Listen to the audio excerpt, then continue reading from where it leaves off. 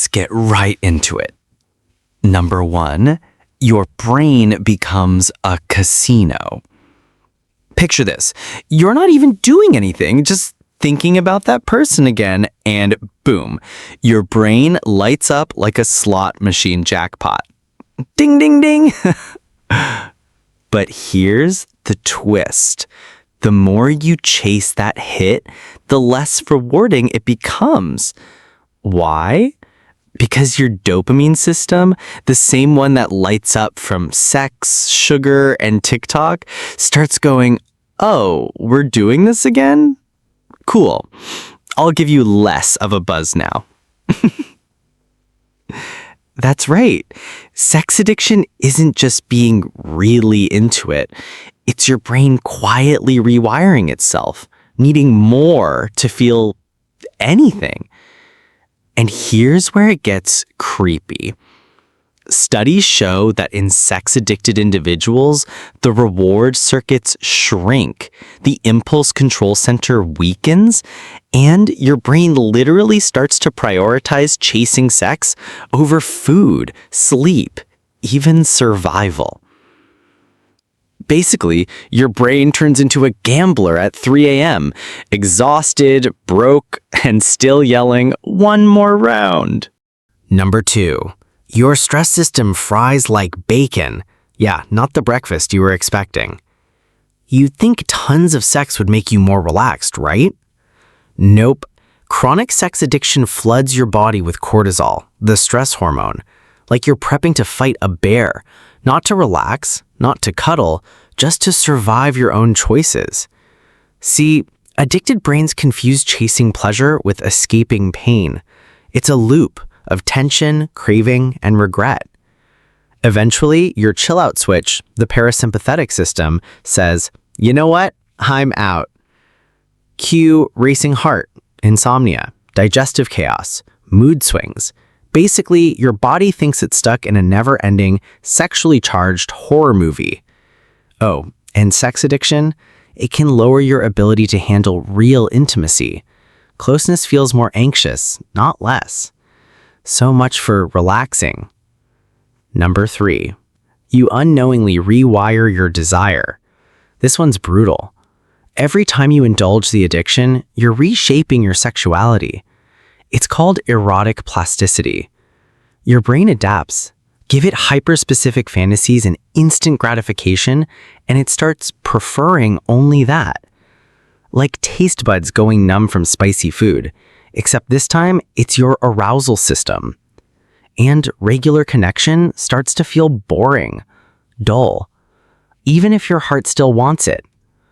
And the worst part, you may not even want the thing you're addicted to anymore, but your brain still demands it. Number 4. The shame loop becomes a ritual. Here's where it gets dark and sadly very familiar. Sex addiction isn't just about excess pleasure. It's the aftermath that fuels the next round. You spiral, you feel disgusting, you promise never again, then it happens again. It's called the shame addiction cycle. Engage, regret, escape, repeat. Trying to fix it by doing it again? It's like cleaning a wine stain with more wine. Light chuckle. And socially, the shame doubles down. Some say sex addiction isn't real. Others glorify it, especially for men. But it is real. It affects everyone. Emotionally, neurologically, relationally. And breaking free, it's not just about quitting. It's about rechaining a brain to chase peace instead of spikes. Hard, but not impossible. Number 5. You start treating people like vending machines. Let's be honest. Addiction rewires your brain. It's not cruelty, it's circuitry. Your amygdala, which handles emotion, it quiets down. Habit loops, they get stronger. Your brain starts scanning. Can this person give me a hit? Friends become flirt targets. Dates become dopamine. That's called objectification drift. And empathy? It starts to flatline. Not because you're bad, but because your craving systems override your conscience. So when you ask, why do I feel numb during intimacy? Your brain's whispering, because this isn't about intimacy anymore. Number 6, fantasies hijack reality. Here's the part no one warns you about.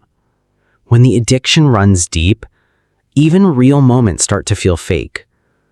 It's called sensitization. Your brain wires itself to expect the fantasy. Even if you're loved, even if you're safe, your body might not respond like before. Not because you're broken, but because your brain wants the lasers, the VR roller coaster, not the forest trail. People in recovery often report phantom cravings. You're folding laundry, eating cereal, and boom, a wild fantasy scene pops in. Not because you want it, but because your brain doesn't know how to be quiet anymore. Number 7, you get withdrawal symptoms like it's cocaine. No, really.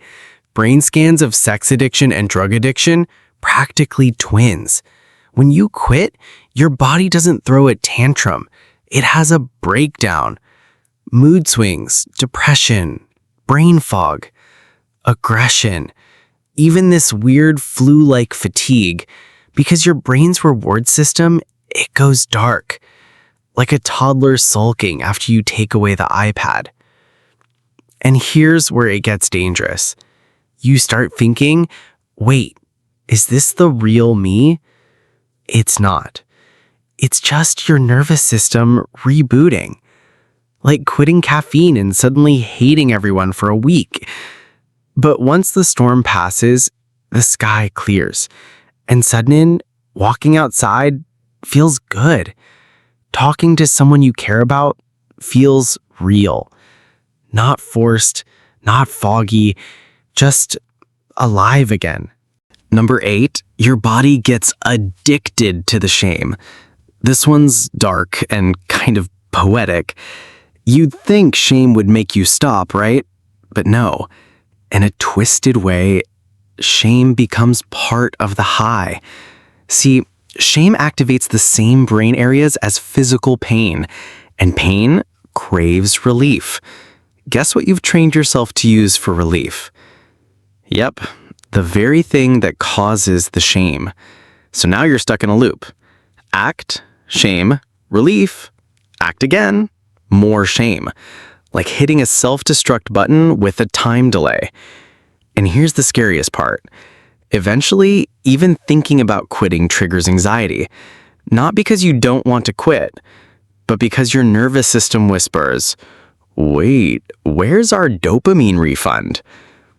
Yeah, that's how deep the body rewires itself. Recovery isn't just about stopping. It's about remapping the brain, teaching it that chaos isn't comfort, that love doesn't have to come wrapped in pain. Number 9, healing feels boring at first.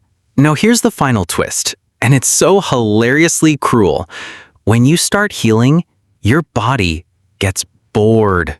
No fireworks, no rush, no drama, just quiet. And your brain freaks out. Because to your addicted brain, normal feels like nothingness. It thinks boredom is a failure. But the truth, boredom is a milestone. It means your receptors are calming, your reward system's learning patience, your connections are becoming slower, deeper, more human. It's not a dopamine rave anymore. It's a quiet dinner with yourself. It's hugging someone and actually feeling it. It's ordinary becoming extraordinary again. And I know that might sound cheesy, but ask anyone who's made it through. Feeling real beats feeling high. Every single time. That's it for today. If this hit something in you or made you feel less alone, you know what to do. I'll be making more, so stay close. You're not broken. You're just rebooting.